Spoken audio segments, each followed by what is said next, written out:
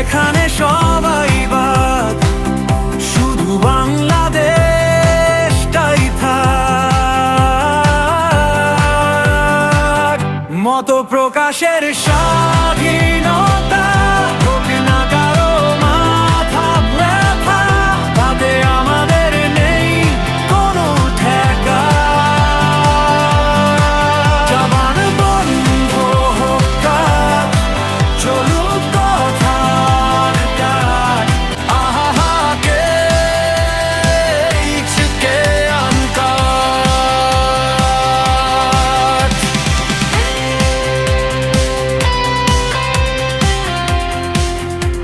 নির্বাচন নিয়ে আমাদের অনেক আশা, অনেক প্রত্যাশা। এরই সাথে আমাদের গণভোট হবে। এই অন্তর্বর্তীকালীন সরকার বিগত 1.5 বছরে তারা বিভিন্ন সংস্কার নিয়ে যে কাজ করেছে সেগুলোর একটা ম্যান্ডেট বা জুলাই ম্যান্ডেটের উপরে জাতি গণভোটে হ্যাঁ বা না ভোট দিবে, যেটিও আমাদের জন্য অত্যন্ত গুরুত্বপূর্ণ। শুধু একটি আমি বলবো যে বাংলাদেশের ইতিহাসে একটি খুবই তাৎপর্যপূর্ণ নির্বাচনের দিকে আমরা এগিয়ে যাচ্ছি।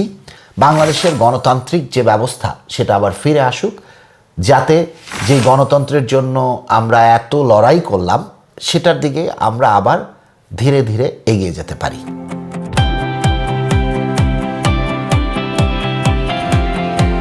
আপনারা জানেন যে এই মুহূর্তে বাংলাদেশের প্রায় 13.5 কোটি ভোটার রয়েছে, যার মধ্যে প্রায় 4 কোটিরও অধিক তরুণ ভোটার যারা প্রথমবারের মতো ভোট দিবে।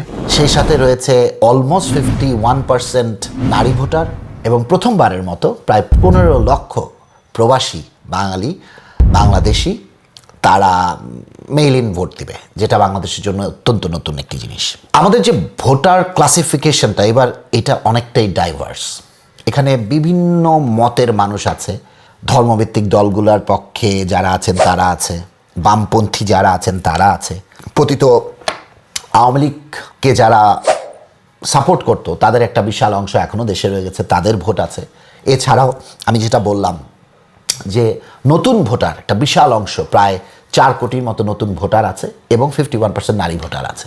এছাড়া যেই বড় বড় দলগুলো আছে, বাংলাদেশ জাতীয়তাবাদী দল বিএনপি এবং বাংলাদেশ জামায়াত ইসলাম, তাদের যারা অনুসারী তারা আছে। তো এবারের আসলে আমরা ভোটে যেটা আমরা বুঝতে পারছি যে ডিফারেন্ট গ্রুপস তারা ভোট দিতে যাবে।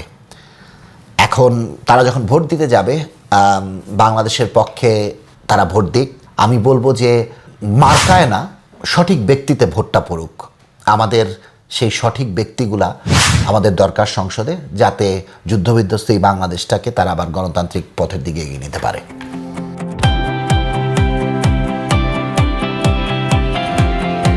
আদর্শর উপর ভিত্তি করে বাংলাদেশের ভোটাররা কতটুকু ভোট দিবে আমি জানি না, বিকজ আমি যেটা সবসময় বলি, বাংলাদেশের রাজনৈতিক দলগুলো এখনও কোনো একটি দলও তাদের আদর্শকে ভোটারদের কাছে কিংবা জাতির কাছে প্রতিষ্ঠিত করতে পারেনি।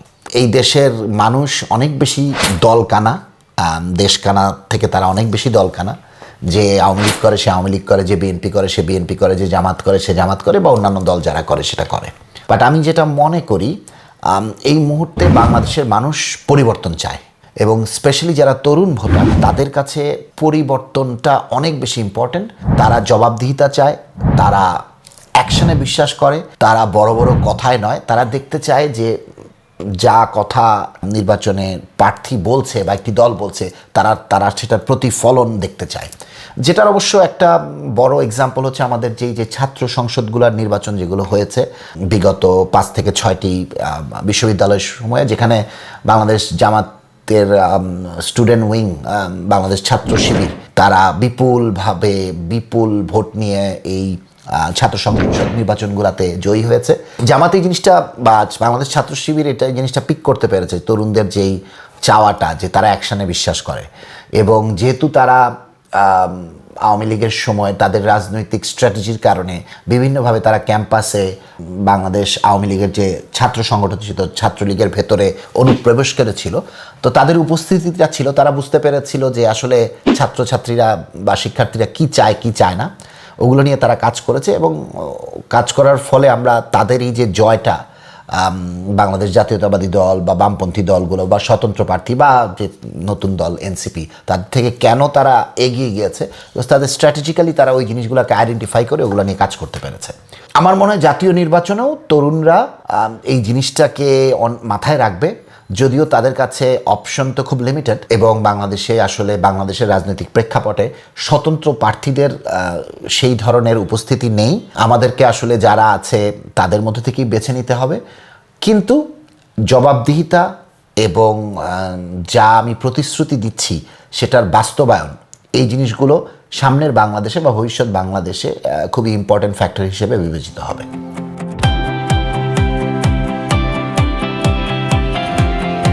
এই মুহূর্তে বাংলাদেশের দুইটি নির্বাচনী জোট আছে। একটা হচ্ছে সবার আগে বাংলাদেশ, যেটা বাংলাদেশ জাতীয়তাবাদী দল এবং তাদের যে বর্তমান চেয়ারম্যান তারেক রহমান, তিনি সবার আগে বাংলাদেশ এই স্লোগান নিয়ে জোট গঠন করেছেন।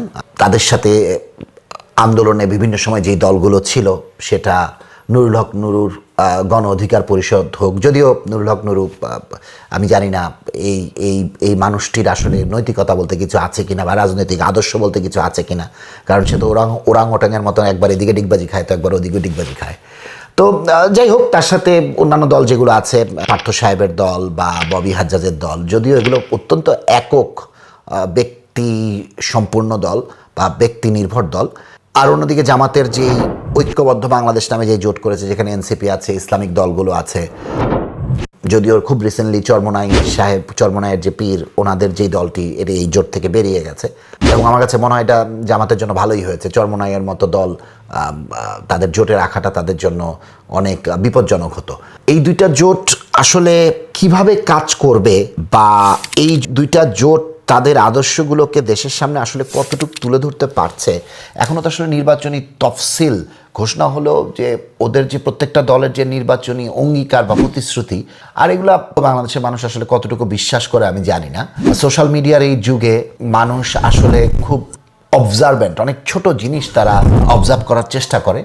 তো আমি বলবো যে সেই ক্ষেত্রে আমার কাছে মনে হয় এই মুহূর্তে জাতীয়তাবাদী দলের, স্পেশালি তিনবারের প্রধানমন্ত্রী বেগম খালেদা জিয়া পরলোক গমনের পর তারেক জিয়া যখন ফিরে আসছেন, বিএনপি একটা মোমেন্টাম অ্যাডভান্টেজে আছে।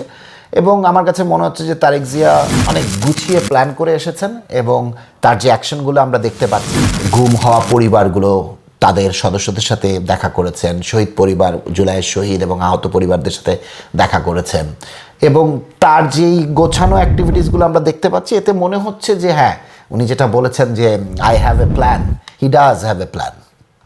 জামায়াত ইসলাম, আপনারা জানেন জামায়াত আসলে কিভাবে কাজ করে সেটা তারা আসলে প্রকাশ করে না। তারা খুবই আন্ডারগ্রাউন্ডে তাদের অ্যাক্টিভিটিস চালিয়ে যায়।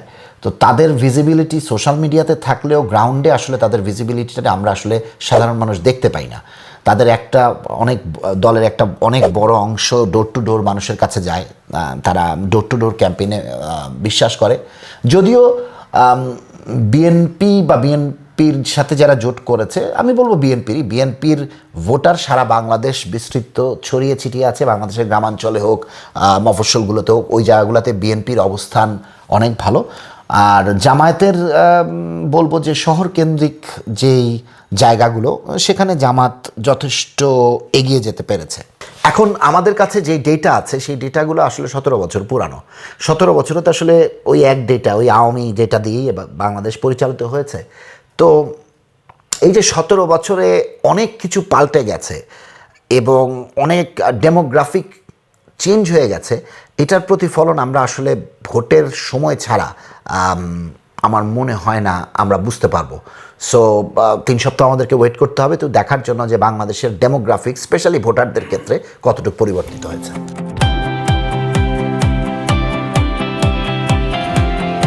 আরেকটা ব্যাপার হচ্ছে যে বাংলাদেশের যে এই যে 15 লক্ষ প্রবাসী ভোটার যারা এবার ভোট দিবে, তারা তো আসলে বাংলাদেশকে দেখছে থ্রু সোশ্যাল মিডিয়া, যথেষ্ট ফেসবুক এবং ইউটিউব নির্ভর। এখানে যেমন অথেন্টিক নিউজ আছে, এবং এখানে আবার অনেক গার্বেজ নিউজও আছে, অনেক কিছুই নানাভাবে ম্যানিপুলেট করা হয়।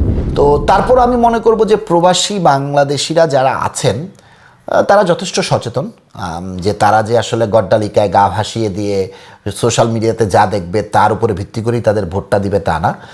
আমার মনে হয় এই ক্ষেত্রে বাংলাদেশের সাধারণ মানুষ যেভাবে চিন্তা করতেছে ওইটারই একটা প্রভাব আমরা প্রবাসী ভোটগুলোতে দেখতে পারবো।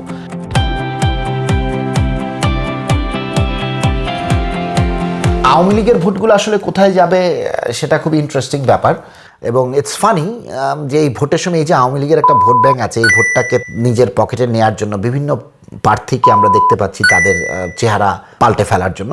সবচেয়ে রিসেন্টলি যেটা দেখতাম যে এই কয়েকদিন আগেও যে এই অন্তর্বর্তী সরকারের যেই অ্যাটর্নি জেনারেল ছিলেন তিনি এখন বিএনপির প্রার্থী হিসেবে নির্বাচনে লড়বেন।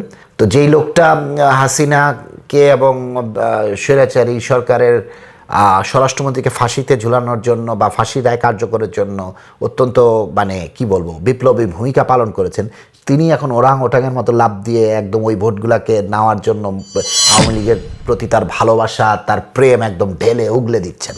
এটা হয় আসলে, মানে আদর্শে যখন ঝামেলা থাকে তখন আসলে এগুলো লুকানো যায় না। মানুষের লোভ, ক্ষমতার প্রতি লোভ এমন একটা জিনিস, যত শিক্ষিতই আপনি হন না কেন বা যত বড় মানুষই আপনি হন না কেন, আসল চেহারা আসলে বের হয়ে যাবে যদি আপনি লোভে পড়ে যান। তো শুধু উনি না, এছাড়াও আরও অনেক ধরনের মানুষের মধ্যে আমরা এই জিনিসটা দেখতে পাচ্ছি।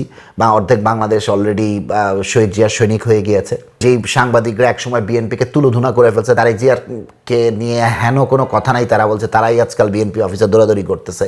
বাংলাদেশিদের যে আসলে ওই যে একটা তাদের অস্থিমজ্জায় যে একটা চাটুকারিতা একটা স্বভাব রয়ে গেছে, সেটার প্রতিফলন কিন্তু আমরা আবার দেখতে পাচ্ছি।